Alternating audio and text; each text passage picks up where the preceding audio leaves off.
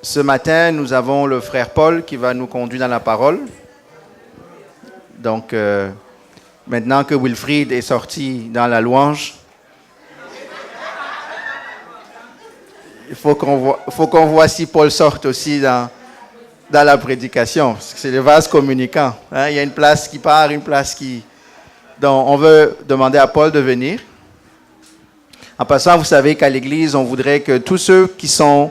On voudrait que vous opériez dans vos dons. Amen? Vous le croyez? Ça veut dire qu'il y a la place de personne. C'est la place de tout le monde. Amen. Tant que Dieu peut vous utiliser, vous êtes désireux d'être utilisé par Dieu. On espère pouvoir vous encourager dans ce sens-là. Amen. Donc, sans plus tarder, il est tout beau ce matin. Donc, gloire à Dieu.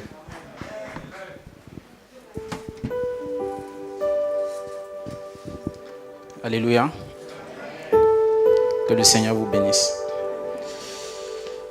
Avant de commencer, j'aimerais chanter.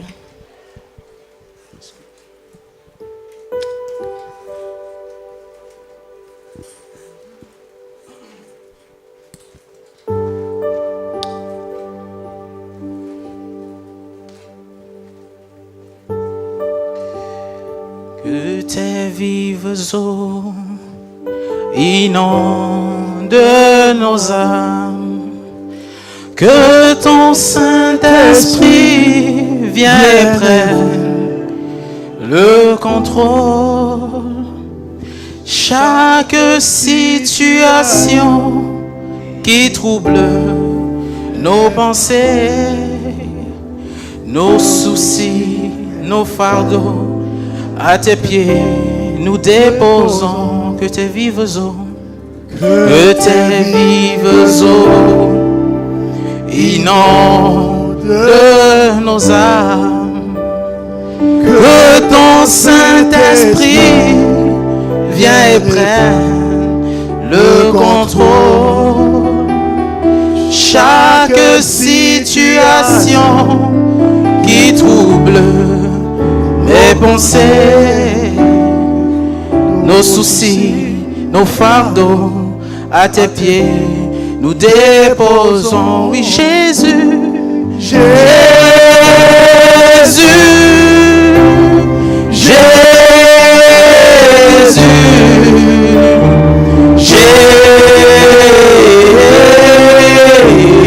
Jésus. Nous chantons Jésus, Jésus.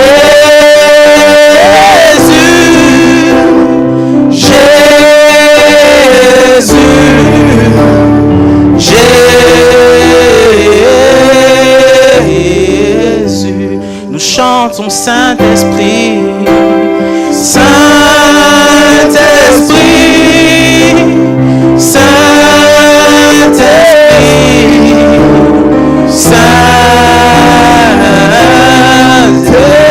Saint-Esprit, Saint-Esprit, nous t'appelons, Saint-Esprit, Saint-Esprit,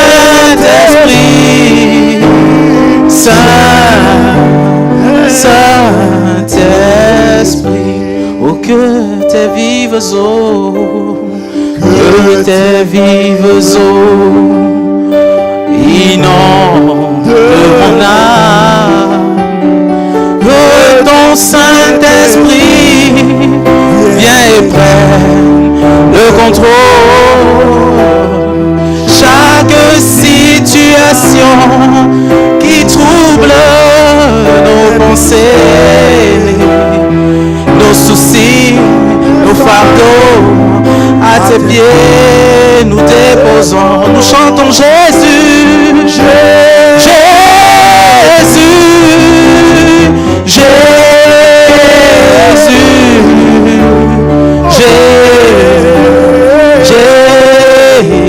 Jésus, nous chantons Saint-Esprit, Saint-Esprit,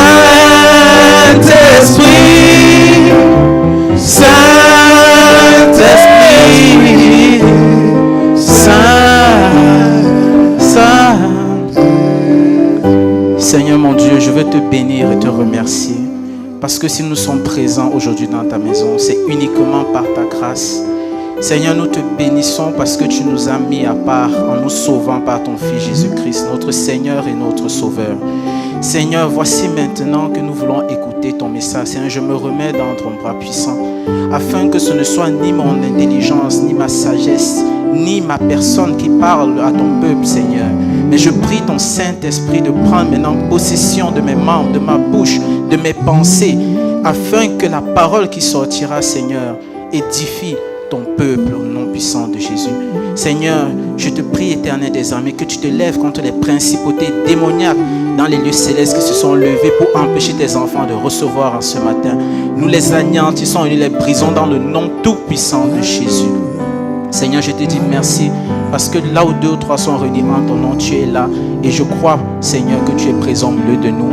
Au nom de Jésus-Christ, j'ai prié. Amen.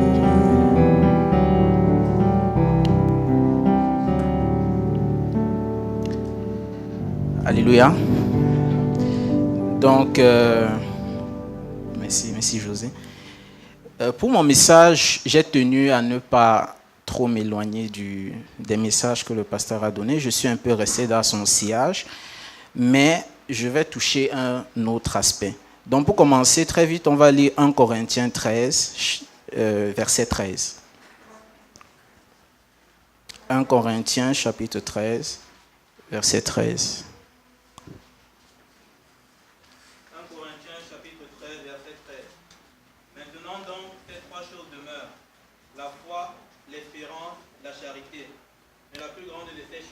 C'est la charité. Amen. Donc, le thème de mon message, c'est la charité. Moi, je vais parler de la charité. Le pasteur nous a assez entretenu sur la foi et l'espérance. Ça a été très bien développé. Et moi, j'ai souhaité aussi méditer sur la charité. Donc, premièrement, on va définir ce que c'est que la charité. Donc, dans son sens étymologique, ça veut dire dans le dictionnaire. Donc, le mot charité se définit comme une vertu qui porte à faire le bien à autrui. Ça, c'est très important. Le bien à autrui. C'est donc un acte inspiré par l'amour du prochain. Les mots, les expressions sur lesquelles je mets de l'insistance, ce sont des mots très importants que nous allons développer plus tard. Un amour désintéressé envers l'autre. Donc, je répète, la charité, c'est une vertu qui porte à faire le bien à autrui. C'est un acte inspiré par l'amour du prochain, un amour désintéressé envers l'autre.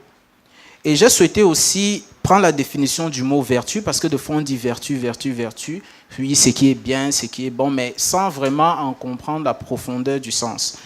Donc le mot vertu se définit comme la capacité, la disposition spirituelle ferme et constante.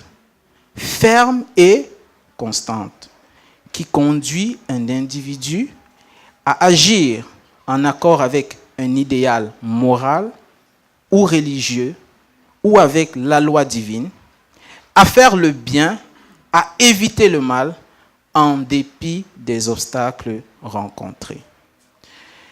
Donc, par cette définition, on comprend en réalité que la charité, c'est l'amour. OK ? Et tout au long de mon message, je ne vais pas trop utiliser le terme charité, mais beaucoup plus le terme amour.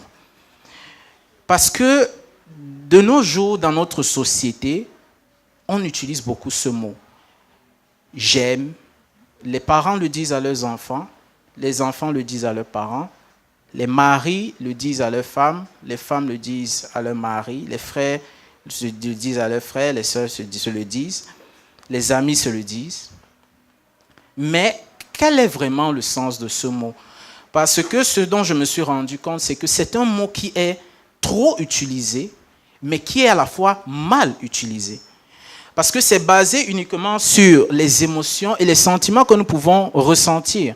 Je peux avoir là tout de suite une émotion, quelqu'un m'a offert un cadeau, je suis content, et puis dit « je t'aime ». Allô, ok. Vous m'entendez bien? Ok. Et je lui dis « je t'aime ». Mais est-ce que c'est vraiment de l'amour? Ou alors c'est une émotion qui est juste éphémère et passagère? Parfois, la conception de l'amour qu'on a vient aussi de nos traditions, de notre éducation, de la manière dont on a grandi. Ça veut dire que pour certaines personnes, le fait de les écouter, tu les aimes. le fait de leur offrir des cadeaux, pour eux, tu les aimes. Et c'est ce qu'on appelle dans le monde le langage de l'amour. On dit que plusieurs personnes ont leur langage de l'amour, leur manière à eux de comprendre l'amour. Mais quand je regarde le monde, je dis, ok, chacun a sa conception de l'amour.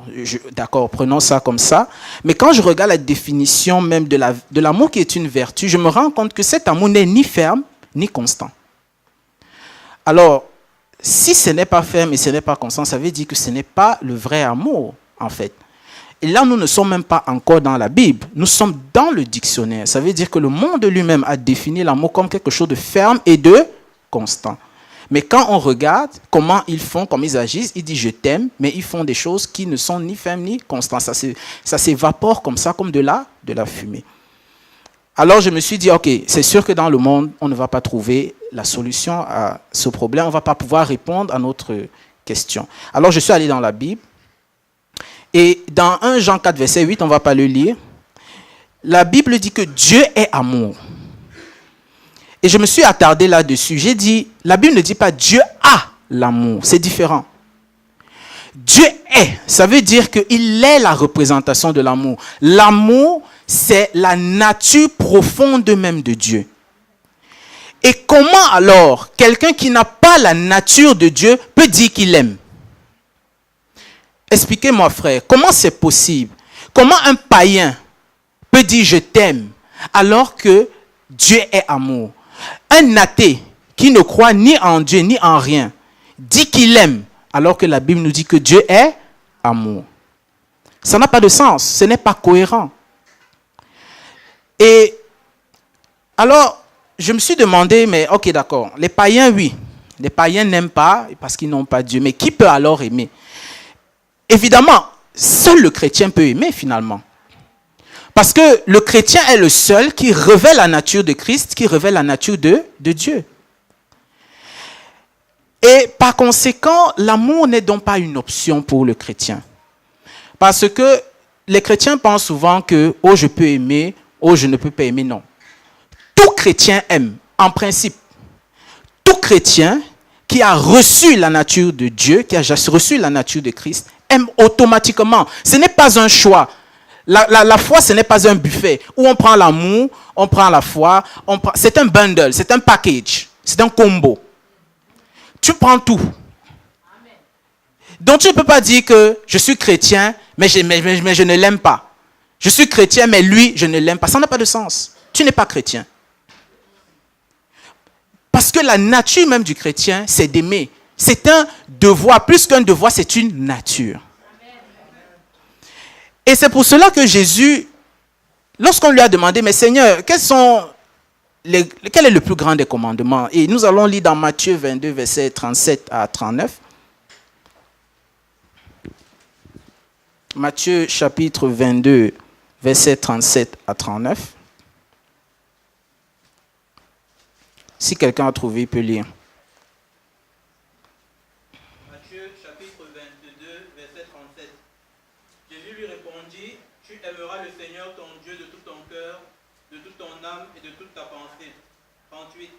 C'est le premier et le plus grand commandement. 39. Et voici le second qui lui est semblable, tu aimeras ton prochain comme toi-même. C'est ça. Voilà deux commandements qui parlent d'amour. C'est-à-dire, pensez aux 10 commandements. Pensez à, tu ne serviras point d'idole, tu ne feras point d'image taillée, tu ne commettras point d'adultère. Tout cela, résumé à l'amour à 2 dimensions. L'amour dans la dimension verticale, ça veut dire de l'homme avec Dieu. Et l'amour dans sa dimension horizontale, ça veut dire avec les frères. Mais ce qui me plaît beaucoup dans ce que Jésus dit, c'est que il dit, ok, tu aimeras le Seigneur ton Dieu de tout ton cœur, de tout ton âme et de toutes tes pensées. C'est le premier et le plus grand. Mais voici celui qui lui est semblable. Frère, tu ne peux pas aimer Dieu et ne pas aimer ton prochain. Ce n'est pas possible. C'est-à-dire, en fait, ce que Jésus voulait dire ici, c'est que l'un implique l'autre. Et il n'y a pas l'un sans l'autre. Parce que, une fois de plus, il y a des gens qui disent, j'aime Dieu, j'aime Jésus, voilà, je respecte, je comprends le sacrifice que Christ a fait pour moi, je l'aime. Mais mon prochain, mon frère qui est à côté, ma soeur qui est à côté, non, lui, non, on peut s'en passer. Ce n'est pas possible. qui lui est semblable. Ça veut dire que ces deux sont imbriqués l'un dans l'autre. Et ils ne marchent pas l'un sans l'autre. Et alors, ok, donc Dieu nous a demandé d'aimer. Et nous comprenons bien que tout chrétien doit aimer. Et tout chrétien doit aimer Dieu et son prochain. Mais allons plus loin. Parce qu'on dit aimer. Aimer, c'est trop vaste. Il faut qu'on soit plus spécifique. Là, je me suis demandé, ok, je dois aimer Dieu, je dois aimer mon prochain. Mais comment? Parce qu'on n'aime pas en désordre.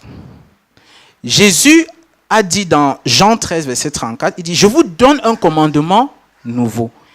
Aimez-vous les uns les autres comme je vous ai aimé. Vous aussi, aimez-vous les uns les autres. Je me suis dit, mais pourquoi il n'a pas juste aimé, aimez-vous les uns les autres, juste ça. Mais il a dit comme. Ça veut dire qu'il y a un modèle d'amour. Ce n'est pas ce que tu penses qui est l'amour. Ce n'est pas ce qu'on appelle le langage de l'amour qui est l'amour. Ce que tu penses être bon pour une personne qui est l'amour, c'est faux. Il y a une manière que Dieu attend de toi que tu aimes. Il y a un canevas dans l'amour. L'amour a ses lois. L'amour, selon Dieu, a ses lois, a ses ordonnances.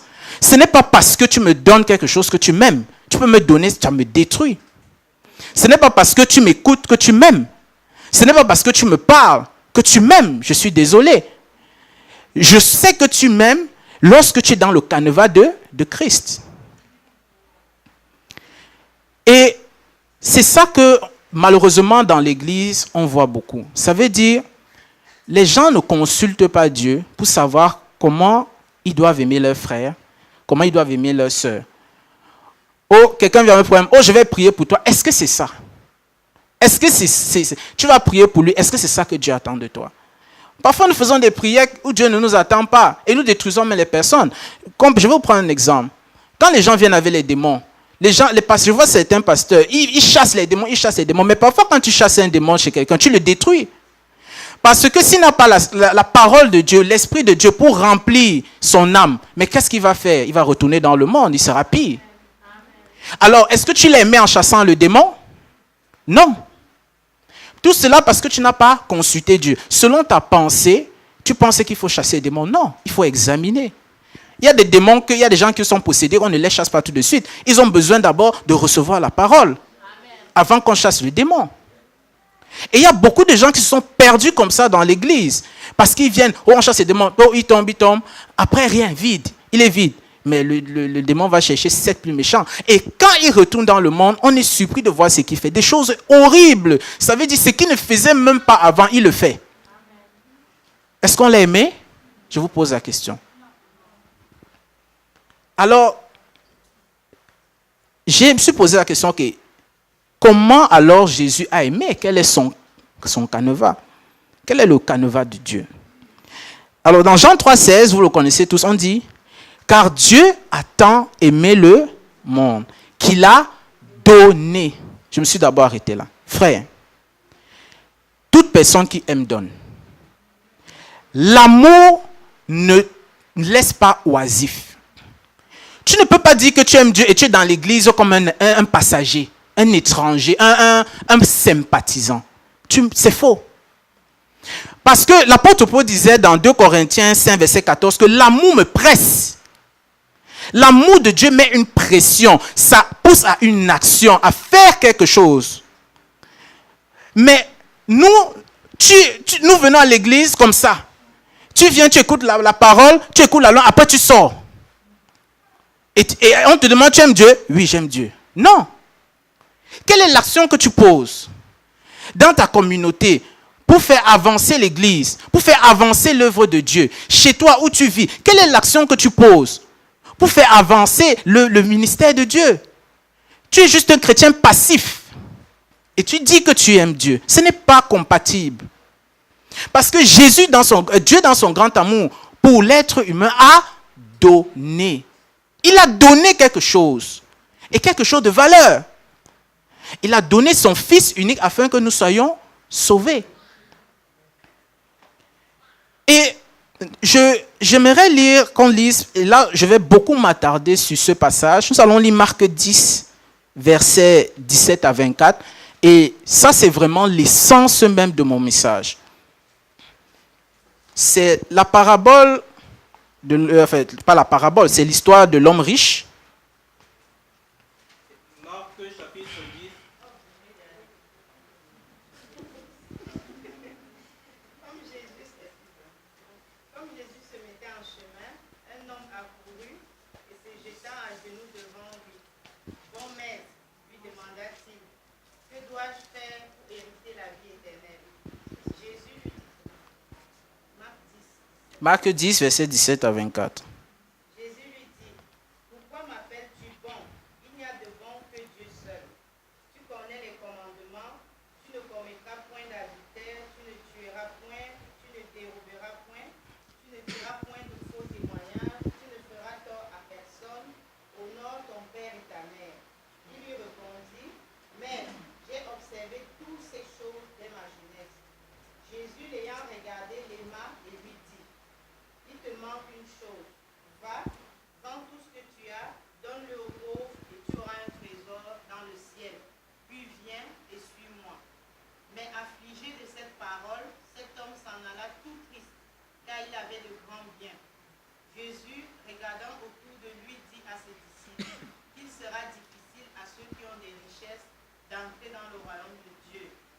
Les disciples furent étonnés de ce que Jésus parlait ainsi, et reprenant, il leur dit, mes enfants, qu'il est difficile à ceux qui se confient dans les richesses d'entrer dans le royaume de Dieu. Amen. Tout de suite, je vais m'attarder sur le verset 21. Le verset 21 dit, Jésus l'ayant regardé, l'aima. L'aima est une action. L'aima et lui dit, pour appuyer ce que je vous disais précédemment, il n'y a pas d'amour oisif, il n'y a pas d'amour paresseux, il n'y a pas d'amour qui ne fait rien. C'est impossible. Même dans le monde, quand un homme aime une femme, il fait des choses. Il fait des trucs. Quand un parent aime son enfant, il fait quelque chose. Mais comment nous, en tant que chrétiens, nous disons aimer Dieu et on ne fait rien? Comment? Alors que si tu demandes à un païen, comment tu sais qu'il t'aime? Il va commencer à te citer, il a fait ça, il a fait ça, il a fait ça, il a fait ça. Et maintenant, si on demande à Dieu que Satan vient, il demande à Dieu que, mais comment tu sais qu'il t'aime? Mais il dit qu'il t'aime. Et bon, il est là. Il est là. Il vient à l'église, il chante, il écoute la parole, il est là. Mais qu'est-ce qu'il fait concrètement? Il est là. C'est ça. Et Jésus lui a donné à cet homme une parole. Mais pas n'importe quelle parole. Jésus lui a donné une parole de vie. Mais ça, on va en parler plus tard. Ce quoi j'aimerais d'abord m'attarder, c'est Jésus lui dit, il te manque quelque chose. Et c'est curieux parce que cet homme, lorsqu'il se décrit, lorsque Jésus parle d'énumérer les commandements, il dit, je les ai tous faits. Mais Jésus lui dit quand même, il te manque quelque chose. Frère, il ne faut pas confondre le bon caractère et l'amour de Dieu. Il y a des gens qui ont un bon caractère du fait de leur éducation. Parce que les parents les ont bien élevés. Tu peux voir quelqu'un à l'église, il est serviable. Il lave l'église, il fait tout ce qu'on fait à l'église. Parce que sa nature, c'est d'être serviable. Mais ça ne veut pas dire qu'il aime Dieu nécessairement. Parce que cet homme était exemplaire dans la société, puisqu'il ne faisait de tort à personne, il ne commettait pas d'adultère, il ne volait pas, il ne faisait pas. Mais est-ce qu'il aimait Dieu? Le problème, c'est que nous associons beaucoup le caractère à l'amour de Dieu. Celui qui aime Dieu a le bon caractère, mais celui qui a un bon caractère n'aime pas nécessairement Dieu. Il n'y a pas de réciprocité là-dedans. C'est comme j'entends souvent dire, quelqu'un est calme et il est posé, on dit il est mature. Qu'est-ce que ça a à y voir? Quelqu'un est calme et il est posé, mais c'est sa nature. Mais pourquoi, à quoi, la maturité a quoi à y voir avec quelqu'un qui est calme et posé? Il y a des gens qui sont calmes et posés qui sont très immatures. Tout comme il y a des gens extravertis qui sont matures. Ça n'a rien à voir. Et il faut avoir du discernement justement pour dissocier cela. Parce que des fois on va voir quelqu'un tout le temps à l'église en train de faire les choses et on va dire, oh il aime Dieu. Oh, il aime Dieu. Oh, vraiment, il aime Dieu. Et après, quand on découvre qu'il a fait des choses, on dit, comment le frère là? Le frère qui aimait Dieu là? Ouais. C'est terrible. Mais c'est parce que tu n'as pas eu le discernement pour savoir quelle était la motivation. Parce que c'est la motivation qui est importante. S'il fait ça du fait de sa nature, ça n'a aucun poids aux yeux de Dieu. Ça ne lui dit absolument rien. Il peut avoir une autre personne là qui est moins polie que lui, mais qui aime Dieu de tout son cœur, sur lequel Dieu est en train de travailler, et c'est à lui que Dieu prend plaisir. Et puis toi, tu essuies les chairs, tu fais tout, tu ne dis absolument rien à Dieu. Tu es comme une personne d'entretien ménager qu'on a recrutée pour essuyer l'église, c'est tout. C'est tout ce que tu as aux yeux de Dieu. Donc, il faut qu'on fasse clairement ces distinctions. L'éducation n'a absolument, bon caractère ne veut pas nécessairement dire qu'on aime Dieu. Autre chose, là on parle du caractère. Frère, maintenant entrons dans le côté spirituel. Ce n'est pas parce que quelqu'un manifeste l'onction qu'il aime Dieu. Il faut que vous le sachiez. Parce qu'il y a des gens qui commencent dans la foi, qui se soumettent à Dieu. Dieu leur libère une puissance. Je tiens à vous dire que Judas chassait les démons. Hein. Parce que quand Jésus a envoyé les apôtres, les disciples, Judas était dedans. Et les disciples sont revenus en disant que les démons même nous sont soumis. On n'a pas dit que mais pour Judas, non. Judas chassait les démons au nom de Jésus. Est-ce qu'il aimait Jésus? Ce n'est pas parce que quelqu'un manifeste l'onction qu'il aime Dieu. Dieu peut relâcher une puissance. Il t'utilise comme une pierre. Mais ton cœur n'est pas là. Et il faut remarquer quelque chose qui m'a frappé dans le cheminement de Jésus. Jésus a fait beaucoup de miracles par compassion. Lisez l'évangile. Vous allez voir que à chaque fois, sur 10 miracles, il y en avait 8 où la Bible dit Jésus vit la foule et ému de compassion, il guérit les malades. Ému de compassion. C'est l'amour. C'est important, frère. Parce que des fois, nous recherchons l'onction. Quand Dieu t'aime, il ne te donne pas. Pour que tu ne te détruises pas. Mais il y a certains qui ont. Et qui font du n'importe quoi. Comme j'ai entendu, il y avait des jeunes qui ont été effusés par le Saint-Esprit. Et ils arrivent, ils touchent un truc comme ça. Après, il dit à quelqu'un, allez, viens toucher, la personne touche, il tombe, il dit que voilà, tu as vu l'onction? C'est quoi la plus-value de ça? C'est quoi le but, en fait? Il prend l'eau, il boit, les gens tombent. Et puis, il dit, tu as vu l'onction? La puissance de Dieu. Et après, est-ce que c'est un show-off? Est-ce que c'est pour l'amour, son amour à lui que tu fais, ou bien c'est juste pour te faire voir? Ou bien comme on discute avec en général, les gens qui sont là, ils discutent avec les démons, ils chassent les démons, ils discutent, le démon est là, le démon bouge, il dit que laissez-le, hein? Comment tu t'appelles? Et salue-moi. Tu ne me salues pas, tu vois le feu, n'est-ce pas? Tu vois le feu. Mais qu'est-ce que ça veut dire en fait? Je ne sais pas. Ça rime à quoi? Et vous voyez des foules suivre ces hommes. Parce qu'ils recherchent le miracle, parce qu'ils recherchent je ne sais pas quoi. Alors que Dieu n'est pas là.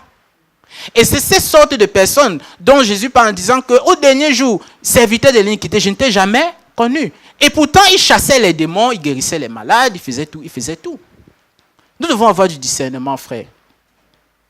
Pour savoir qui est de Dieu et qui ne l'est pas. Maintenant, autre chose. Jésus a donné à cet homme, comme j'ai dit, une parole de vie. Qu'est-ce que ça veut dire? Frère, comme j'ai dit, on ne donne pas n'importe quoi à quelqu'un qu'on aime.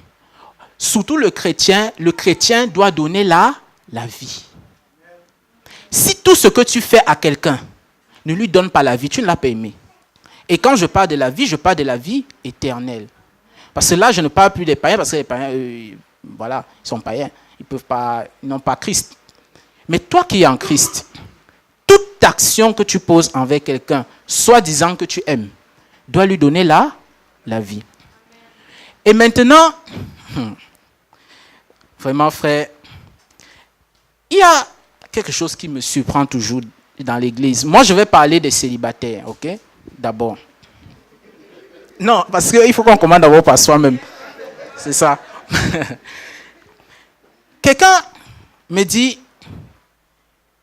je vais dire, les filles disent, oh, elles sont dans l'église, elles sont fiancées, et puis elles disent, ils m'aiment. Ok, ils t'aiment. Bien. Et elle dit, il m'a demandé les relations sexuelles avant le mariage. Il est à l'église, 2 chrétiens, tu vois, avant le mariage. Je lui dis, ma sœur ne t'aime pas. Oh non, non, tu ne le connais pas. Je te dis, vraiment, il m'aime. Je dis que ma sœur, je n'ai pas besoin de le connaître. Un chrétien, un homme chrétien, célibataire, qui demande le sexe avant le mariage, il ne t'aime pas. Pourquoi on discute encore? Puisque il te tue et il se tue. Qui fait ça quand on aime? Dites-moi. Non, mais dites-moi. Est-ce qu'on a encore besoin? Parce que les gens perdent le temps dans les prières. Oh Seigneur, révèle-moi si c'est mon mari. Révèle-moi. Pendant des mois, Dieu t'a déjà révélé. Il t'a demandé le sexe avant le mariage. Est-ce qu'on discute? Non, mais dites-moi, frère, est-ce que je suis trop dur? Mais c'est terminé. Il n'y a aucun souci à donner à un tel homme qu'il a se repentir. Mais oui. Mais oui, il n'y a aucun souci. Qu'est-ce que tu réfléchis encore, ma soeur? Toi-même, tu as un problème. Mais toi-même, tu as un problème. Il t'a déjà demandé ça. Mais tu comprends que c'est un impudique. Alors, la Bible dit que Marie, aimez vos femmes comme Christ a aimé l'église afin de la laver par l'eau de la parole. Lui veut te souiller avec la boue de l'impudicité et tu dis qu'il t'aime. C'est ça. Voilà l'église. Et elles sont là, elles tournent, après elles font les mariages bizarres, et après on doit encore prier parce que le mari est adultère. Mais Dieu t'avait déjà répondu. Dieu t'avait déjà répondu. Qu'est-ce que vous voulez qu'on fasse? C'est ça. Moi, vous savez, quand j'étais, j'allais dire adolescent, dans l'église, je voyais les couples mariés. Je voyais quelqu'un dans l'église, il était vraiment chaud. Et puis quand il se mariait, il devenait bizarre. Je voyais toujours ça dans l'église. J'ai dit que, mais qu'est-ce que c'est? J'ai dit que le mariage doit être dur, hein, parce que, waouh! Je dis que, waouh, parce que pour que le gars, s'il se refroidisse, non, il faut que le mariage est dur, hein. Je vous assure, moi, j'avais peur du mariage. J'ai dit que non. Parce que ça doit être fort. Maintenant, quand j'ai atteint l'âge adulte, j'ai vu mes amis se marier et j'ai compris pourquoi ils refroidissaient. Parce que le processus, c'est-à-dire ce qu'ils montraient à l'église, ce n'était pas la profondeur de leur cœur. Parce que effectivement, tu vois quelqu'un qui est dans l'église, mais, comme je dis, qui laisse passer des choses, qui est dans l'impudicité. Tu vois quelqu'un qui sert dans l'église, mais il fait comme il veut. Et après, quand il choisit sa femme, quand il se marie, le mariage, ce n'est pas le mariage qui le détruit en tant que tel. Le mariage vient juste révéler la profondeur de son cœur. Amen. C'est ça, le mariage n'est pas le problème. C'est toi le problème. C'est toi. Parce que étant célibataire, tu as fait le mauvais choix. Étant célibataire, tu n'étais pas remis au Seigneur pour savoir, premièrement, la femme que tu devais choisir, être sanctifié pour que Dieu te parle. Tu faisais comme ça. Tu avais les copines, tu tournais ici, après une là-bas, après une là-bas. Et après, tu te maries. Mais le mariage, ce n'est pas comme ça. Surtout quand tu es dans la présence de Dieu. Dieu ne va pas te laisser. Mais oui, c'est là que j'ai compris. Quand j'ai vu mes amis se marier, j'ai dit que, ok, je comprends. Parce que je regarde et je dis que, mais lui, c'est un impudique. Il se marie. Après, il meurt. J'ai dit que oui, non, il doit mourir, puisque... Voilà, c'est là que j'ai compris. J'ai dit que non, le mariage, ce n'est pas un problème. Ce n'est pas le problème. Oui. J'ai dit spirituellement. Non, j'ai dit... Non. Non.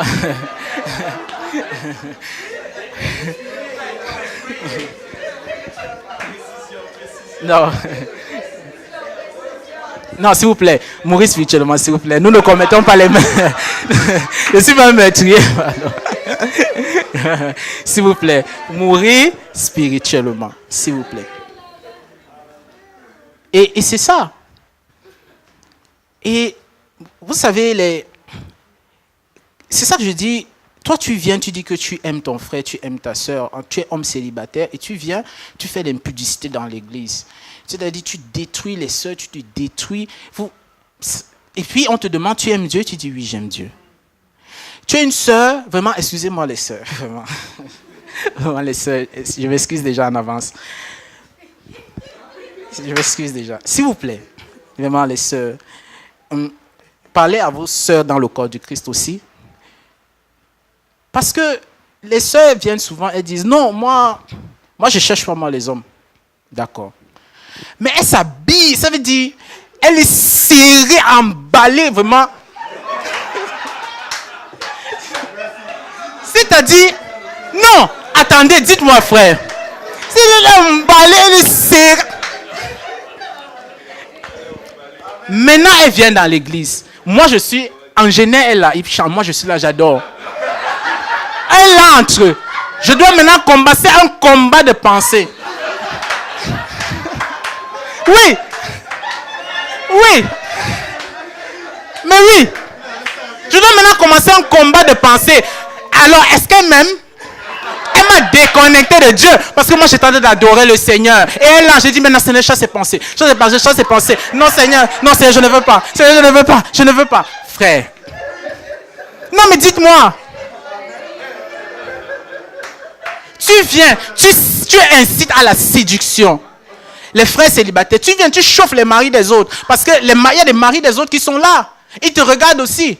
Tu les incites à l'adultère. Et après, tu rentres chez toi, tu pries, Seigneur, je te prie pour un mari qui ne sera pas adultère. Tu mens. Non, tu mens. Tu n'as pas droit à un mari qui n'est pas adultère parce que toi, tu incites les gens à la fornication. Tu incites les gens à l'adultère. Je suis désolé. Habillez-vous bien. Non, vraiment. Non, vraiment, frère. Il faut qu'on soit sérieux. Parce que c'est ça. Et, vous savez, nous sommes tellement dans... Excusez-moi, je parle beaucoup d'impudicité parce que je suis jeune. Vous savez, je suis jeune et c'est trop. C'est comme si un jeune chrétien ne peut pas vivre dans la sainteté. C'est trop. Tu regardes autour de toi, c'est comme si... Je ne sais pas. Et nous sommes tellement dans ça que, c'est-à-dire, les lois du monde s'appliquent à nous-mêmes maintenant. Tu entends une chrétienne qui te dit, elle est fiancée, elle te dit, oui, mon fiancé m'a trompé. Je lui dis, ok, mais il t'a trompé, c'est fini, on rompt ça. Elle me dit, non mais, de toutes les manières, est-ce que l'homme est fidèle? Quelles sont ses pensées? Quand toi tu es chrétienne, ça ce sont les pensées du monde. Toi, tu es chrétienne, tu dis que, est-ce qu'il y a un homme fidèle? Tu dis que, vraiment, de toutes les manières, est-ce que l'homme reste tranquille? Oui, il y a des hommes sanctifiés qui restent tranquilles. Moi, je reste tranquille. Mais oui, moi, je reste tranquille. Il y a quoi? Pourquoi non, c'est-à-dire, tellement tu es dans l'impudicité que tu ne rends même pas compte de ce que tu dis. Tu es prêt à tout accepter. Ton fiancé te trompe, tu es là. Oh, j'ai pardonné. Dieu dit de pardonner. Ce n'est pas de ce pardon dont on parle. Ce n'est pas de ça, frère. Non, il n'y a pas de pardon à avoir. Il y a rupture. Point barre. C'est tout. Non, mais c'est tout. Moi, je ne comprends pas.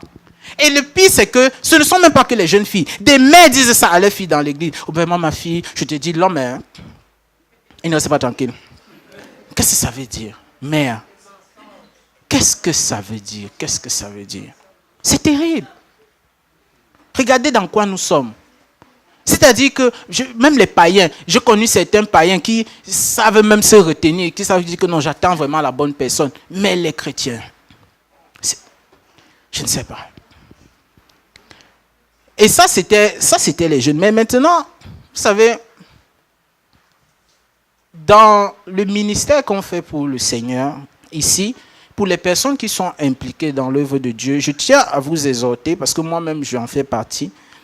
Sachez que tout ce que vous devez faire dans la maison de Dieu, parce que vous fréquentez, vous êtes avec des gens, comme je dis, doit leur apporter la vie. Moi, je vais vous prendre un exemple. Moi, je m'occupe des enfants ici à l'église. Et c'est un groupe de louanges où on fait la musique, on fait la louange pour Dieu.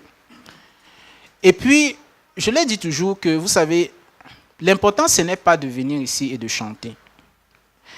Parce que quand vous chantez mieux, dans le barème de Dieu, ça me donne aucun point. Tu chantes mieux et ça n'a aucune valeur pour Dieu. Je vous dis, aucune. Tu peux jouer au piano ici comme un Dieu, ça n'a zéro. Mais ce qui est important, où votre Dieu va commencer à bien monter, il va dire, ok, d'accord, mais qu'est-ce qu'il a inculqué à ses enfants? Comment il leur a montré le caractère de Christ? Quel est le chemin qu'il leur a montré? La fidélité, la discipline, le respect de la parole de Dieu et de ses ordonnances. C'est ça qui est important. Et après, maintenant, si le fait que tu joues mieux est un résultat de ça, fine. Mais ce n'est pas que je viens se mettre ici, j'apprends les enfants à jouer. Ça n'a aucune valeur. Et dans tout ce que nous faisons dans le ministère, nous devons toujours avoir ça en tête. Que tu sois musicien, que tu sois, tu chantes, que tu fasses la caméra, que tu fais ça. Si tu viens seulement faire la caméra ici, zéro. Dans le barème de Dieu, c'est zéro, zéro. Ça ne dit rien à Dieu. On peut payer quelqu'un qui fait la caméra, ça ne lui dit rien. Ça ne lui dit absolument rien du tout. Mais comme je dis, c'est la motivation. Qu'est-ce que tu as envie de transmettre à tes frères en faisant la caméra? En mettant une vidéo sur Internet, est-ce que c'est par souci des âmes ou bien c'est parce que le pasteur a dit que mets les trucs sur Internet? Ça fait une différence, frère. Ça fait une différence. Et même les parents vis-à-vis de leurs enfants, ce n'est pas seulement de payer l'école aux enfants. Oui, je t'ai envoyé à l'école. Oui, d'être présent à tous leurs récitals et à tous leurs matchs. Ça ne dit absolument rien à Dieu. Parce que ce que vous devez savoir, c'est que les enfants que vous avez, ce sont premièrement des âmes. Et que vous n'êtes que des gardiens. C'est tout. Alors, quand Dieu va maintenant descendre pour faire l'évaluation, comment tu as géré ces biens? Parce que les enfants, les âmes, c'est à lui. Oh oui, je l'accompagnais à tous ces matchs. Mais moi, j'étais à tous ces récitals. Mais il mange tous les jours, 3 fois par jour. Hein? Et alors? Le païen aussi fait ça. Est-ce que ce n'est pas vrai? Le païen aussi fait ça. Mais toi, il doit y avoir une différence. Tu dois montrer à ton enfant que le chemin de Christ, c'est le meilleur. Et ce, dès le bas âge. Parce que, frère, le monde prend nos enfants au sérieux. Mais les chrétiens ne prennent pas les enfants au sérieux. Quand l'enfant a 4 ans, oh, il est bébé. Mais dans le monde, on lui dit que choisis ton sexe. Le diable prend les enfants au sérieux, mais les chrétiens sont là. Ils sont là comme ça.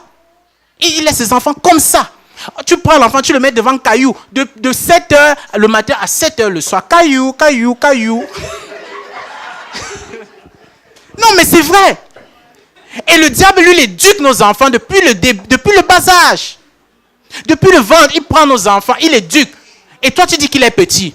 Et quand à 16 ans, il te dit, je suis homosexuel, tu dis, oh non, au nom de Jésus, au nom de Jésus. Ça n'a plus aucune valeur. Ça n'a plus aucune valeur. Oui, c'est ça le problème. Moi, c'est ça que je reproche particulièrement aux parents chrétiens. C'est trop de désinvolture. Vraiment, excusez-moi. C'est trop. On élève nos enfants comme les païens. Juste ça. Tu ne vois aucune différence entre un enfant qui est à l'église et un enfant qui est hors de l'église. Aucune. Ce n'est pas sérieux. Vraiment. Il faut prendre nos responsabilités. Nous avons le devoir. Quand tu mets un enfant devant le dessin, il y a des dessins chrétiens sur lesquels tu peux le mettre pour l'éduquer. Si le diable, lui, il fait ça, nous, on peut faire, tu fais écouter les dessins, il écoute l'histoire de Moïse, il grandit avec l'histoire d'Abraham, il grandit, pas avec Dora. Mais oui. Et c'est ça, frère. Et parfois, quand on parle, comme j'ai parlé d'amour, je parle de l'impudicité, je parle du fait qu'on ne donne pas la vie et tout. Vous savez, parfois on est focalisé sur le péché en tant que mensonge, impudicité, colère, vol et tout. Alors que le grand péché de cet homme, ce n'était pas ces choses, comme j'ai dit, mais c'était l'amour de Dieu. Vous savez, je vais vous faire un petit témoignage sur moi. Moi, j'ai fait la musique parce qu'on m'a forcé à faire la musique. Okay? À l'âge de 10 ans, ma mère m'a forcé à faire la musique. Parce qu'on avait l'église à la maison et puis elle en avait marre d'appeler toujours les gens pour venir jouer. Et puis, elle payait les cours pour une autre personne. Et un jour, moi, j'étais un enfant. Moi, je jouais là. Un jour, elle m'a tiré. Elle m'a dit que va t'asseoir au piano, tu commences les cours aujourd'hui. Ça ne me disait absolument rien. Vraiment, sur chaque jour, je prie pour ce professeur qui était extrêmement patient parce que je lui en ai fait voir des vertes et des pas mûres. Vraiment, oui, c'était quelque chose. Mais après, quand je suis entré dedans, j'ai commencé à aimer et même plus, j'ai commencé à être passionné. Et je me suis toujours dit que je devais faire la musique pour le Seigneur et que si même ça pouvait être mon gagne-pain, ce serait excellent pour moi parce que rien d'autre ne m'intéressait. J'ai fait des études, franchement, je vous dis à l'heure que j'ai fait des études d'ingénierie, mais ça ne me, je ne sais pas comment vous dire, vous sentez un peu exactement comme la musique. Parce que moi, dans ma tête, j'ai toujours voulu faire la musique. Alors, quand j'étais à la fin de mes études, parce que pendant les études, je n'avais pas trop le temps de faire la musique parce que les études étaient demandantes. Quand je suis arrivé à la fin de mes études, je me suis dit, OK, là, je vais vraiment entrer dans la musique. Et c'est ce que j'ai fait. Je suis vraiment entré dans la musique vraiment à fond. Mais je me disais toujours que, bon, comme je suis dans une église, les activités de l'église vont toujours être prioritaires sur mes activités hors de l'église. Donc le dimanche, les pratiques et tout ça, là, je respectais toujours, mais je faisais mes trucs à côté. Après, j'ai finalement quitté l'église où j'étais et je suis resté peut-être, avant de venir à l'étoile du matin, je suis resté peut-être 6 mois comme ça, sans aller dans une église. Et pendant ce temps, je me suis dit, OK, maintenant je ne vais plus dans une église, je n'ai plus de contraintes, je n'ai plus de dimanche, je n'ai plus de pratique. Là maintenant, je vais faire la musique. Et j'étais arrivé, je vous assure frère, je suis entré dans la musique, c'est-à-dire, je mangeais la musique, je rêvais de la musique. Je me levais du matin au soir, j'étais dans les cours, les vidéos, les trucs. Tout, j'apprenais tout, je ne faisais que ça. J'étais là chez moi du matin au soir, ce n'était que ça. Je ne respirais que par ça. Et alors, il est venu maintenant un moment où, et je faisais beaucoup de concerts à ce temps-là. Alors, à un moment, les concerts s'arrêtent. Je ne comprends pas, on ne m'appelle plus pour les concerts. Je ne comprends pas, c'est l'été, mais ça bouge normalement l'été, il n'y a rien. Pour la première fois depuis que je suis à Montréal, j'ai appelé pour savoir s'il y avait un concert, parce que moi, je n'appelais pas. On m'appelle, on me dit qu'il y a un concert, viens jouer, on a besoin de toi. Parfois, je refusais même. C'était le désert. J'appelle, on me dit, je dis que mais il n'y a rien, on me dit qu'il n'y a rien pour toi, mon ami. Je reste comme ça. J'étais triste. Je vous assure, j'ai presque fait une dépression. Je ne jouais, j'étais triste comme à mourir. Et là, le Seigneur m'a posé une seule question. Pourquoi tu es triste alors que je suis là? Frère, et quand le Seigneur m'a dit ça, j'ai senti une tristesse dans le Seigneur, dans le cœur du Seigneur. Il me dit, mais pourquoi tu es triste alors que je suis là? Je lui ai dit que, mais Seigneur, je ne fais pas ton œuvre, je suis là comme ça, là, qu'est-ce que je fais hein? Vraiment, moi je t'aime, moi je vais être actif, moi je veux faire des concerts, moi je veux faire des trucs pour toi, je suis là, qu'est-ce que je fais? Il me repose encore la question, pourquoi tu es triste alors que je suis là? Le but de tout ça, n'est-ce pas de te rapprocher de moi? N'est-ce pas d'être avec moi? Mais maintenant, moi je suis avec toi, pourquoi tu es triste? Ça veut dire que mon cœur commençait déjà à partir dans la musique et ce n'était plus avec Dieu. Ça n'avait plus rien à voir. Tout ce que je faisais là, ça n'avait plus rien à voir avec Dieu. Puisque Dieu était là, mais j'étais triste. Parce que mon Dieu s'était interposé entre mon Dieu et moi, qui était la musique. Et c'est pour ça que j'étais triste. Et frère, je suis resté, j'ai dit, ok, je me suis repenti, j'ai dit, fais-moi Seigneur, je te demande pardon. Mais quand je préparais ce message, j'ai repensé à cette situation et j'ai demandé, mais pourquoi le Seigneur était aussi triste? Je vais dire que oui, c'est vrai, j'aimais la musique, mais bon, je ne faisais pas la musique du monde, parce que moi, je ne joue pas la musique du monde. Je faisais toujours dans l'église, mais pourquoi le Seigneur était aussi triste? Et puis, l'Esprit de Dieu me dit, tu es semblable à un homme qui donne de l'argent à une femme, tous les cadeaux, et qui, après avoir eu son plaisir, la quitte. Je dis que, mais comment tu oses me comparer à un impudique? Je dis que non. Il me dit non, parce que celui qui fornique ou qui est adultère le fait pour son plaisir. Et toi qui joues de la musique qui n'est pas pour Dieu, tu le fais aussi pour ton plaisir. C'est ça. Quelle est la différence entre vous deux? Vous vous satisfaisez vous-même. Quelle est la différence? Il n'y a aucune différence. Et le Saint-Esprit va encore plus loin. Il me dit, dans les derniers temps, les chrétiens n'auront même plus d'église ici. pour se rassembler seront dans les montagnes, seront obligés de fuir. Et tous ceux qui n'auront pas la marque 666 ne pourront ni acheter ni vendre. Ça veut dire qu'en ce temps-là, les chrétiens n'auront ni piano, ni guitare, ni concert. Mais si toi tu es triste parce que tu ne fais pas les concerts, en ce temps-là, tu prendras la marque pour acheter un piano et faire les concerts dans l'église du faux prophète. C'est ça. C'est là que j'ai compris la gravité. Ça veut dire que ce n'était même plus une affaire de péché, c'était une affaire de salut. Frère, Dieu ne blague pas avec nos cœurs. Je vous assure. Dieu ne blague pas avec nos cœurs. Dieu veut qu'on l'aime en entier. La Bible dit que Dieu est jaloux. Et c'est vrai. Dieu est jaloux. Le cœur qui est un peu ici et qui est un peu dans Dieu, ça ne plaît pas à Dieu. Je vous assure. Pour moi, à mes yeux, c'était un petit truc. Mais quand j'ai repensé à ça en faisant ce message, j'ai dit que non, c'était grave. Parce que beaucoup d'artistes que nous voyons dans le monde aujourd'hui ont commencé dans l'église. Oui, et ce n'était pas... Vous regardez une Katy Perry. Elle, ses deux parents étaient pasteurs. Son premier album était même gospel. Mais après, qu'est-ce qu'elle fait aujourd'hui? Tu te demandes si un jour, elle a même entré dans une église un jour. Et c'est comme ça que les gens se perdent. Oui, un peu de Dieu, un peu du monde, un peu de Dieu, un peu du monde. Les musiciens qui sont autour de moi, je vous assure, sur 10 musiciens chrétiens, 9 font la musique du monde. C'est terrible. À un point tel qu'un m'appelle l'autre jour, il me dit, oui, on organise un spectacle, il y a de la musique et tout et tout. Et organisé par une chrétienne. Je dis, oui, d'accord, il n'y a pas de problème. Il me dit, voilà, on souhaiterait que tu joues à la base. J'ai dit, d'accord, il n'y a pas de problème. C'est quoi les chants? Bon, il y aura sapé comme jamais. J'ai dit, wow.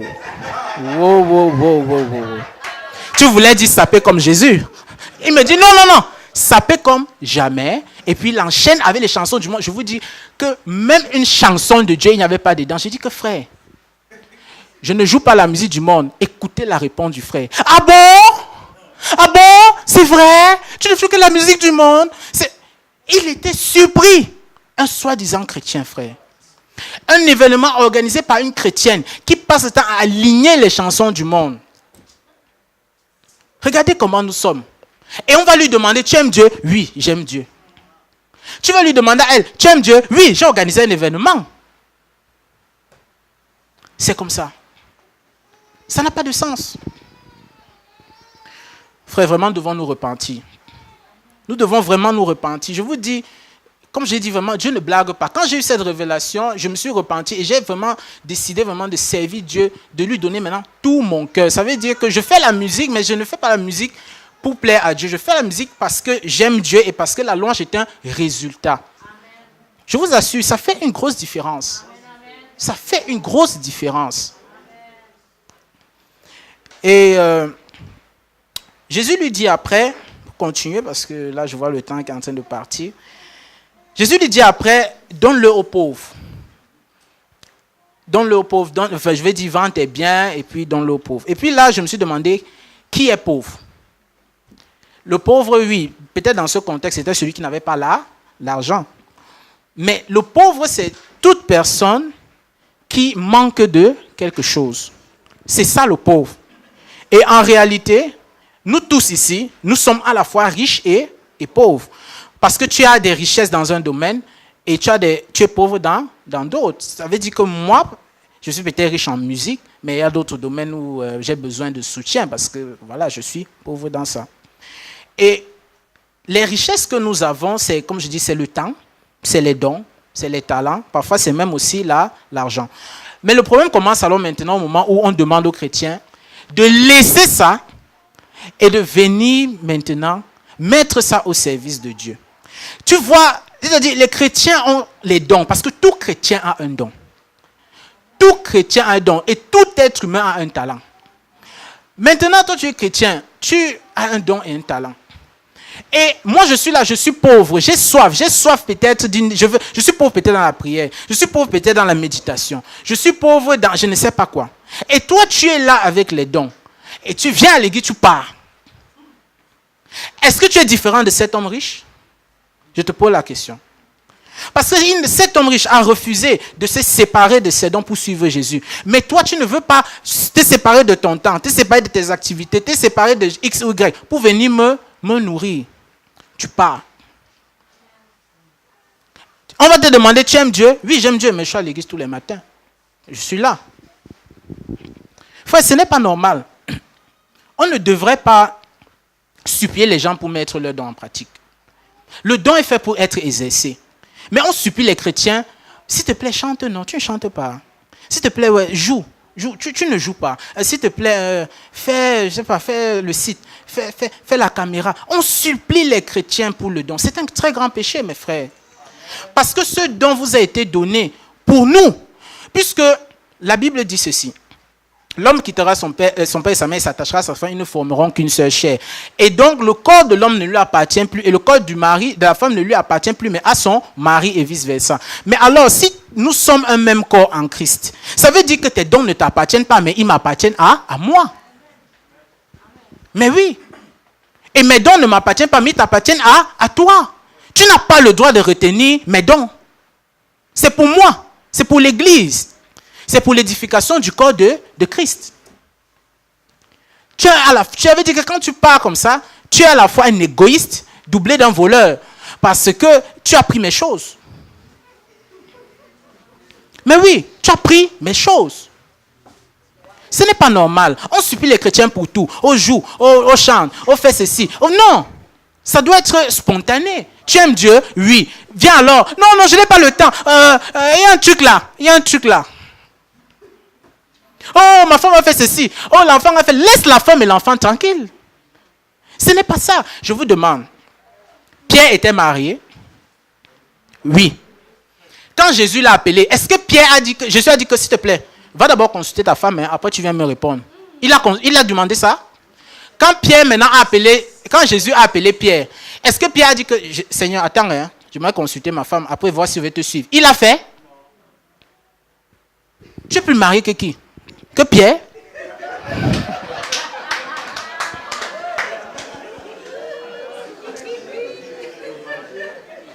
Non, mais dites-moi.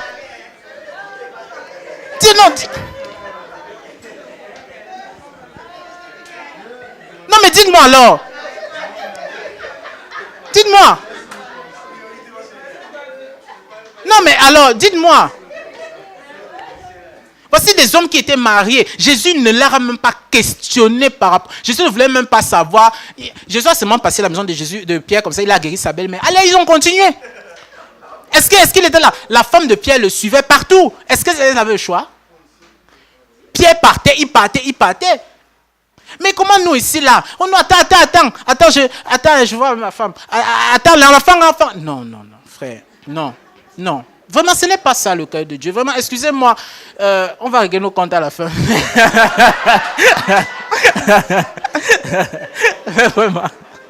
Mais vraiment, non. Non, vraiment, ce n'est pas normal. Ce n'est pas normal. Il n'y a aucune raison qui justifie que tu ne mettes pas tes dons au service de l'Éternel. Tu n'aimes pas Dieu. Je suis désolé. Tu n'aimes pas Dieu. Il n'y a pas de raison. Parce que l'amour demande des sacrifices. L'amour demande un effort. Cet homme, pour vendre ses biens, il avait de grands biens. Ça veut dire qu'il devait rentrer à la maison, inventorier ses biens, savoir tout ce qu'il avait, embaucher même des gens pour compter ses biens. Ensuite, trouver maintenant les pauvres à qui il devait les vendre. Tout ça là, c'est un projet. Ce que Jésus lui demandait là, ce n'était pas facile. L'amour, ce n'est pas aisé. Ce n'est pas aisé. C'est un sacrifice. David, lorsqu'il voulait donner une offrande à l'Éternel, il voulait prendre un champ. La personne qui avait le champ a dit que prends le champ gratuitement. Elle a dit que non, je n'offrirai rien au Seigneur qui ne me coûte. C'est important, frère. Quand tu donnes au Seigneur, ça doit te coûter. Ça doit te coûter ton temps. Ton temps avec ta femme, tes enfants, le temps que tu passes au travail, aux études. Ça doit te coûter. Ça doit te coûter. C'est ça l'amour. Là, je vais avancer parce que si je me perds encore dans les trucs, je risque de ne pas finir. Donc, c'est ça. Et puis Jésus continue en lui disant, ok, vends tes biens. Jésus lui dit quelque chose. Tu auras un trésor au ciel. Et c'est là que je rejoins le message que le pasteur nous a donné sur l'espérance. Frère, pratiquer l'amour, c'est une démonstration d'espérance. Parce que quand tu pratiques l'amour aujourd'hui, tu n'attends pas la rémunération de la personne à qui tu fais l'amour, pratiques l'amour. Tu attends la rémunération de Dieu. Et ce n'est pas obligé d'être dans 1 semaine, dans 2 semaines. Ça peut être là-bas au ciel. Ça veut dire que cet homme n'avait aucune espérance. Aucune. Parce qu'il était là. Maintenant. Les richesses maintenant. Si je paie les richesses, je donne aux pauvres. Je serai pauvre. Et après, aucune espérance. Pour pratiquer l'amour de Dieu, il faut avoir une espérance. Une espérance de la rémunération que Dieu, au dernier jour, va te donner. Et vous savez, les gens font beaucoup de bonnes œuvres et ils disent qu'ils attendent la rémunération de, je ne sais pas... parce qu'il y a des gens aussi qui ont une espérance, mais pas en Dieu, en d'autres choses, dans des croyances, tous les dieux que vous connaissez. Mais je tiens à vous rappeler que pour nous les chrétiens, notre espérance n'est pas là. Parce que les chrétiens font souvent des mixtes. Surtout nous les Africains avec les histoires du village. Oh, mes ancêtres vont me bénir. Qu'est-ce que c'est? Il n'y a pas d'ancêtres là. Je vais dire que je fais le bien parce que oui, les ancêtres vont me bénir, les machins vont me bénir, quel machin du village va me bénir. Non frère. Ton espérance est en Dieu et en Dieu seul. Ce n'est pas partagé. Ce n'est pas partagé avec les ancêtres. Je suis désolé. Il faut qu'on sorte de là, de ces croyances, de ces coutumes,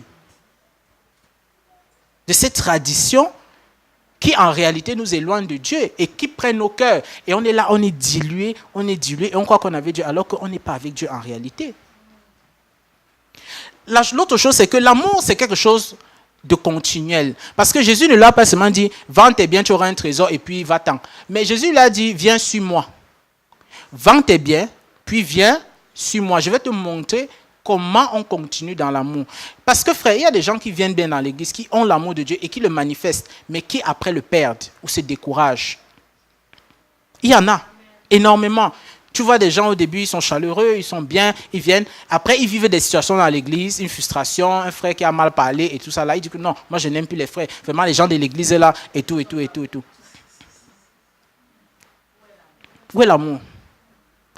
Parce que l'amour se révèle d'autant plus que ton frère te parle mal. Oui. L'amour se révèle d'autant plus que on te vole de l'argent et puis tu sais pardonner. C'est ça l'amour. Si on ne te fait rien et puis tu dis que tu es moi, tu vas me prouver. Comment je vais savoir? Il faut que je t'insulte. Tu me dis que oui, mon frère. Merci, pardon. Merci, pardon. Merci, pardon. Et puis voilà, nous continuons dans l'amour. Non, bien sûr que non. Mais c'est ça. Et moi, le point qui m'a beaucoup marqué, c'est que cet homme a été affligé par la parole de Dieu. Un autre point que j'aimerais vous dire, celui qui aime Dieu aime la réprimande. Parce que les chrétiens sont trop attardés aujourd'hui. Oh non, on m'a mal parlé. Oh non, le pasteur m'a dit ceci. Vraiment, ça m'a choqué. C'est venu me chercher. Mais... non, mais vraiment. Et puis... Jésus ne s'est pas soucié. Jésus savait que ça devait l'attrister. Jésus ne s'est pas soucié de savoir si ça devait l'attrister ou quoi que ce soit. Jésus lui a dit parce que ça devait lui donner la vie. Amen. C'est tout. Ça t'attriste, on n'est pas là pour ça. Ça va te donner la vie. Le chrétien aime la réprimande parce que Dieu châtie celui qu'il aime. Amen. Le chrétien qui n'aime pas la réprimande, il doit revoir son amour avec Dieu. Vraiment. Il doit revoir son amour avec Dieu. Et non seulement il aime la réprimande, mais il aime la parole de Dieu, la parole qui sort de Dieu. Cet homme n'a pas aimé la parole qui sortait de Jésus. Celui qui aime Dieu aime les choses de Dieu. Il aime entendre la parole dans la vérité. Il aime entendre, c'est-à-dire, il aime être dans la présence de Dieu. Il aime ça. Même s'il fait mal, il aime entendre la vérité parce qu'il espère que Dieu va changer sa vie. Mais dès que tu dis la vérité à un chrétien qui est un peu comme ça, là, il commence à te justifier. Non, qu'en sais-tu de si Dieu va me changer par là? Qu'en sais-tu? Non, ne me juge pas. C'est toujours ce mot que nous avons à la bouche. Ne me juge pas. Non, frère. Non. Un autre point. L'amour n'est pas une affaire de parole. Parce que cet homme, quand il a abordé Jésus, il a dit, bon maître. Mais après, ce qu'il a fait, ce n'était plus bon. Maintenant, Jésus n'était plus bon, mais il n'était même plus maître. Parce qu'il est parti, et puis, voilà. L'amour, ce n'est pas une affaire de parole, c'est une affaire d'acte. Il faut faire des choses. Tu me dis, bon maître, bon seigneur, bon pasteur, bon leader, mais tu es indiscipliné, infidèle. Non. Ce n'est pas ça. Ce n'est pas comme ça que ça marche avec Dieu. Oui, Seigneur, je t'aime. Mais pour ça, là, on va voir. Non. Ce n'est pas ça. Un autre point. Vous allez remarquer que Jésus ne s'est pas arrêté lorsque cet homme est parti. Et ça m'a beaucoup marqué parce que Jésus ne s'est pas retourné pour dire que ouais, mon frère, attends, tu pars où? Attends, je vais doser. Frère, on ne va pas toujours supplier les chrétiens. Vraiment, pasteur, excusez-moi, mais je vous ai dit, à un certain moment, on ne peut pas toujours courir derrière les chrétiens. Tu ne veux pas, tu laisses. Mais les chrétiens attendent toujours qu'on court derrière eux. Toujours. Non, je suis désolé, à un certain moment, il faut choisir. Jésus ne s'est pas retourné, il s'est retourné vers ceux qui sont restés pour les enseigner. Mais lui qui est parti, il est parti. Il a raté le royaume, je ne sais pas s'il a été sauvé après, mais le fait est que Jésus l'a laissé partir. À un moment, on va te laisser, tu pars. Tu pars, tu te paies, tu pars. On ne va pas toujours courir derrière le chrétien pour qu'il fasse l'œuvre de Dieu. Non, ce n'est pas normal. Sachez que on parle d'amour et tout, mais l'amour a une récompense. Comme j'ai dit, pour pratiquer l'amour, il faut avoir une espérance. L'amour a une récompense. L'amour est toujours rémunéré parce que Jésus est venu, il a pratiqué l'amour envers le peuple de Dieu, envers nous les hommes. Et il a été rémunéré, il a été élevé au-dessus, son nom a été élevé au-dessus de tout nom. Et sachez que nous aussi, nous allons avoir une récompense du fait de l'amour que nous manifestons. Prenez l'exemple de Rahab. Rahab, elle a manifesté de l'amour pour d'Israël et elle a sauvé non pas seulement elle, mais toute sa famille. Prenez l'exemple de Tabitha. Tabitha, Dorcas, elle était malade et morte. Et ce sont les personnes à qui elle a fait du bien qui ont intercédé auprès de Pierre pour que Pierre la ressuscite. Ça veut dire que l'amour que nous manifestons ne se perd pas. Ça ne se perd pas un jour ou l'autre, ici ou bien dans la vie, dans une autre vie, le Seigneur nous le rendra. Et nous devons toujours avoir ça en tête. Pour terminer, parce que là le temps est terminé, j'aurais souhaité avoir plus de temps, mais bon, c'est pas grave. Pour terminer, j'aimerais dire quelque chose, revenant sur Dorcas. Quand Dorcas était faible dans la chair, et quand elle est morte, parce que la maladie c'est une faiblesse dans la chair, ce sont les gens qui ont bénéficié de son amour qui ont prié pour elle. Mais nous les chrétiens, lorsque l'homme de Dieu est faible, on le critique. Si on voit le pasteur un jour dans une position bizarre, oh vraiment, je t'avais dit que c'est pas un homme de Dieu, je t'avais dit, vraiment les sorciers là, ce n'est pas ça ton rôle. Église, ce n'est pas ça notre rôle. Le leader peut être faible, c'est un être humain. Mais ton rôle à toi, c'est d'intercéder auprès de Dieu pour que Dieu le relève. C'est ça l'amour. L'amour, ce n'est pas ce que tu tiens en comité là. Que vraiment le pasteur là, oui, je t'avais dit, oui, lui là, vraiment, tu as vu le leader là, il se tient à l'église, il prêche, qu'est-ce qu'il croit? Ce n'est pas ça. Ce n'est pas ça là. L'amour, nous devons revoir vraiment notre manière de manifester l'amour. Nous devons sortir de là. Vraiment. Donc, vraiment, frère, je vous exhorte beaucoup à... J'ai voulu parler de l'amour, bon, j'ai été un peu plus court parce que le temps, mais en gros, ce que je voulais vous dire, c'est que il n'y a rien vraiment qui justifie qu'on ne manifeste l'amour de Dieu envers Dieu et envers autrui. Et je vous exhorte vraiment à faire une introspective. Toute chose qui passe avant Dieu, ça veut dire quand tu te lèves le matin, la première chose à laquelle tu penses, c'est lui ton Dieu. Si tu te lèves le matin, tu dis, mes enfants, ce sont eux ton Dieu. Si tu te lèves, tu dis, ma femme, tu dis, mon travail, c'est lui ton Dieu. Si tu te lèves, tu dis, Dieu, c'est que c'est vraiment lui ton Dieu. Je vous exhorte. Parce que moi, j'ai fait cette introspective, je me suis rendu compte que quand je me réveille, je pensais aux accords, je pensais au piano. J'ai dit que oui, c'est lui mon Dieu. Et je me suis repenti. Je vous exhorte à faire cet exercice. Je vous assure, vous allez voir que vous pensez aimer Dieu, mais en réalité, votre cœur est ailleurs. Amen. Donc, que le Seigneur vous bénisse. Amen.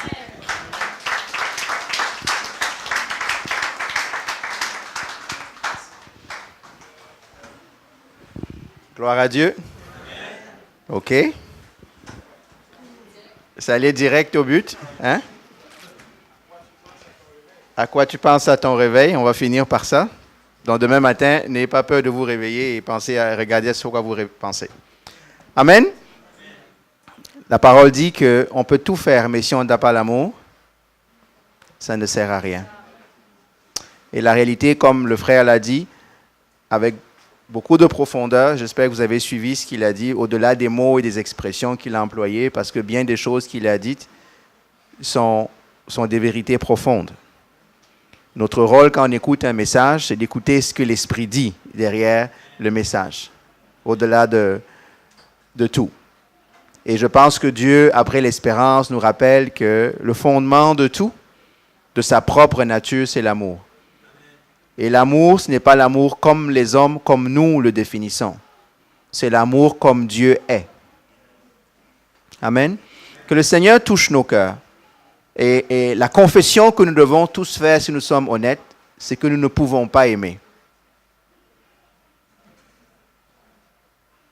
J'espère que je ne surprends personne quand je dis ça.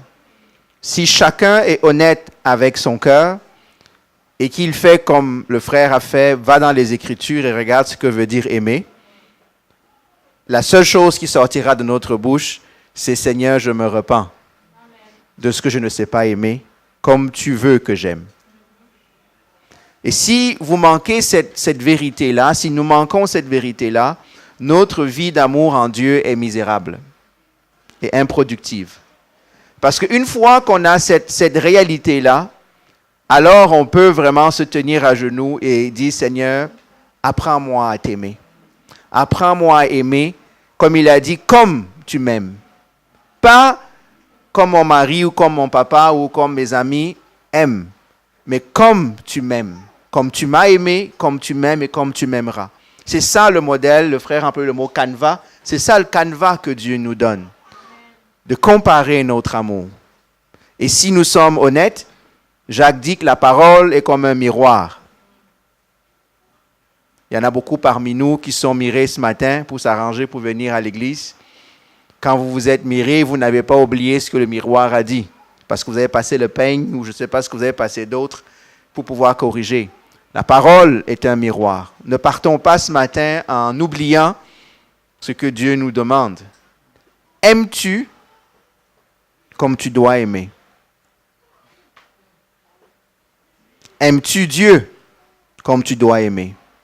Aimes-tu le prochain comme tu dois aimer? Et si tu veux savoir comment, la vie de Jésus est un modèle à suivre. C'est pour ça que je dis, si nous sommes honnêtes, on sera très parcimonieux avec le verbe aimer, pour l'employer vraiment de la bonne manière quand on parle des choses de Dieu. Donc que le Seigneur touche nos cœurs.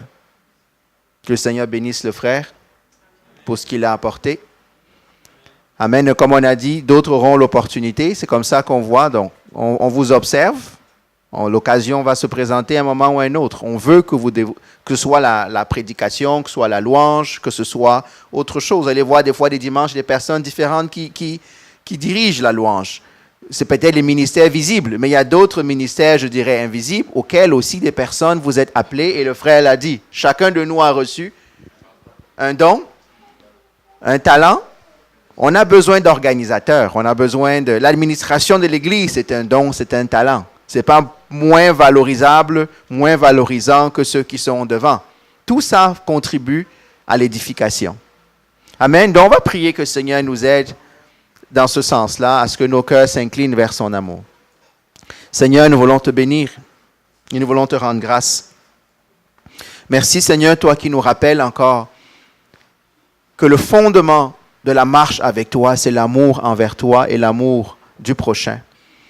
Aide-nous à manifester cet amour comme tu l'entends et comme tu nous le montres et comme tu le manifestes, comme tu l'as manifesté, Seigneur.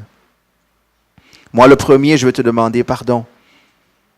Te demander pardon parce que lorsque je me mire dans le message de mon frère, il y a encore beaucoup de leçons à apprendre. Il y a encore beaucoup de manifestations d'amour à améliorer, Seigneur. Et j'ose croire que je ne suis pas le seul. Donc je prie, Seigneur, que tu nous aides. Que tu aides. Incline nos cœurs vers toi. Vers ton amour. Peut-être au départ, ça va ressembler à une contrainte. mais ça deviendra une réalité, une nature nouvelle en nous, Seigneur. De nature de pécheur, tu veux nous transformer en nature d'amour, Seigneur. Je te bénis et je te rends grâce.